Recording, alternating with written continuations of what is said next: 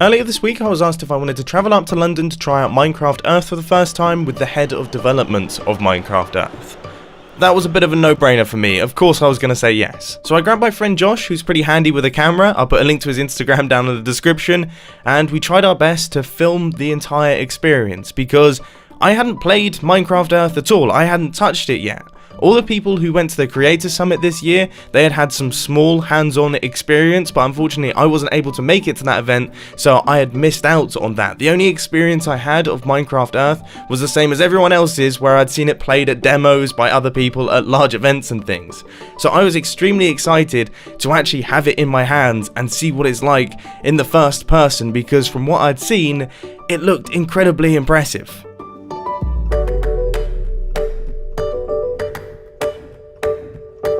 Despite getting lost multiple times, all entirely my fault, we managed to make it to the meeting location 3 hours early because, once again, entirely my fault. I thought the meeting time was a lot earlier than it actually was. Yeah, I wasn't doing that well that day, so I thought we'd take advantage of this by actually getting some hands-on experience with the game a little bit sooner. I had the beta loaded up onto my phone, so I opened it up and I thought it'd be a good opportunity to gather some resources around the park.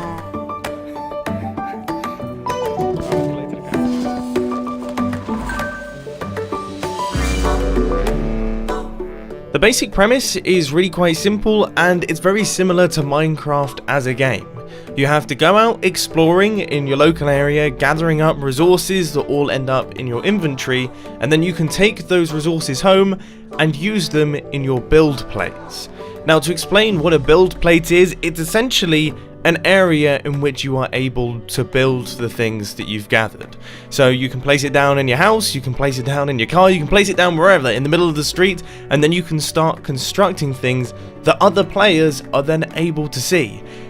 It's actually really quite exciting. And the thing that surprised me the most is how familiar all of it feels. It's as if they've literally transferred Minecraft from inside a computer into real life. Your brain switches almost instantly. Once you've placed down that build plate, you then think of it as actually being in the real world, to the point where people were walking past, and as they were walking up, it kept going through my head, I hope they don't step on my build, without even thinking that it wasn't in real life, it was just on my phone.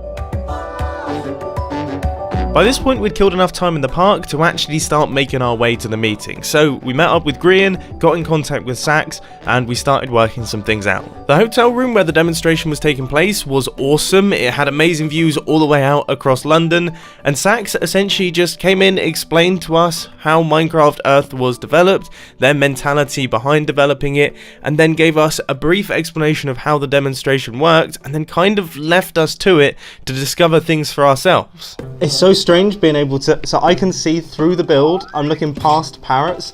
Wait, hang on, I heard you punching a villager down here. He's here. No, stop it! He was stuck.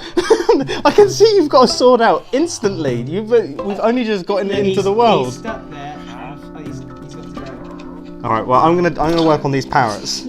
So if I go up here, I can actually free. Oh my goodness. I get these blocks back, these are mine. Yeah, I know, so you get the glass back. And then I'm gonna... No, wait! No, see, you've done nothing but kill the things that are in... They're all gone! I just dug underneath and there's a little thing. Oh, is there? There's a little secret. Oh, there's a basement. There's a basement. I can't actually go down there, I can sort of... We kind of brute force our way in. Oh, I see. Oh, it's an abandoned mine shaft. This is the weirdest kind of, like... I'm just gonna cover it up like we did nothing strange here. At this point, I hope you can see what I mean when I say that it's fairly surreal, and it doesn't take your brain very long to think of that object as actually being part of the room. There's a little bed in there. I can see you kind of peeping in through the window as well. I wonder if the redstone lamps, I'm guessing, do they work? No, where is it? I can see a redstone lamp. It's kind of, it's around here. Oh, there's a pressure plate. Oh, I'm still on the pressure plate. The redstone lamp is on. No way. Yeah. Hold on, let me get all up in. you There we go. Nice. That's so cool. Now what you see us playing in here is called tabletop mode. This keeps the build really nice and small, and it actually makes it easier to construct the build because you can get access to all sorts of areas, you can kind of hover around it. It's really simple. But there is a button that you can click that will take the build out from the table and construct it in life size in your room. And that's where things begin to get really strange. This build looks cool, you know what? Okay. These bushes, but seriously, there's too many. I've got an idea. I think I just got an apple from it. No, oh, Mumbo. This is it. I got rid of the bushes for you. Mumbo. I got rid of... That's my job. Okay, Mumbo, you've got to dance. I'd do that meme where it's like, this is fine. It's like, I just need like a mug where I'm just like, this is fine. Everything is fine. Everything is fine. Oh wow, you can look up, look, you can see the whole world burning around you. That's the new slogan for this game. You can see the whole world. Oh yeah, no, it's still very burnt. It's still very burnt. Oh, what are we going back? Yeah, we're going back full scale.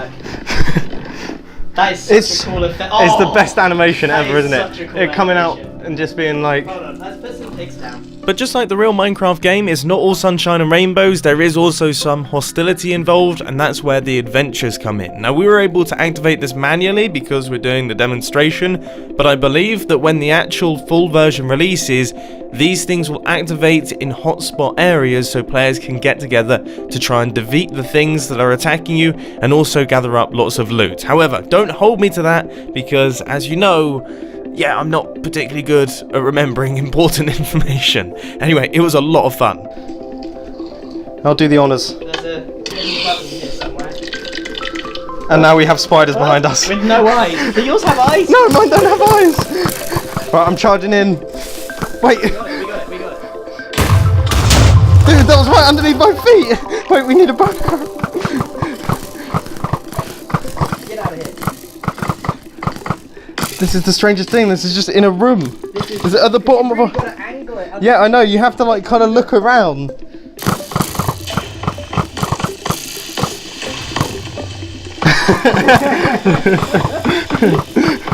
Dying for the cause.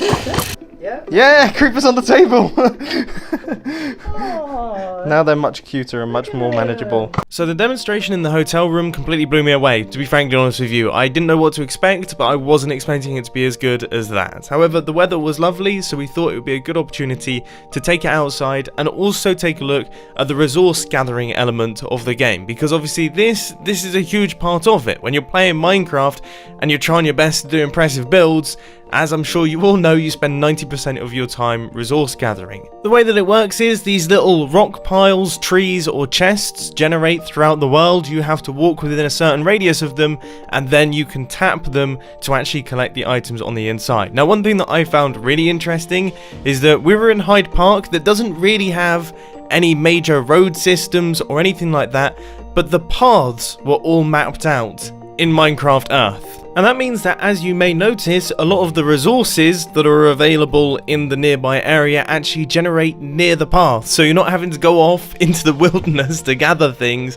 All of them are in relatively easily accessible areas. I mean, it's difficult for me to hide how impressed I am. I'm being totally honest. I am very impressed with Minecraft Earth, and I went in incredibly skeptical. I mean, I'll be honest, you know, when I first saw those launch trailers and when I first heard it announced, I thought, oh, that sounds cool, but I thought it might be a bit gimmicky and maybe something that you'd enjoy for 5 or 10 minutes and then eventually you put it down and you'd never open the application again. But I can see that this game has got enough depth to it to actually keep you coming back for more. There's more to it than just going out and gathering resources and wandering around and doing that. You kind of have to go out and gather the resources and then you come back, you build stuff on your build plates, you bring your friends around, they can see what you've built on your build plate, you can all interact with it. Once redstone is involved and you can start building piston doors and traps and entrances and walking things and flying stuff. I mean, that is going to be huge. And I just can't wait. I can't wait for it to release, and I can't wait to see yeah, what everyone does with it. Seriously, I'm so excited about this. I really am. So I hope that you've enjoyed this little first impressions video. Thanks for watching, and I'll catch you in the next one.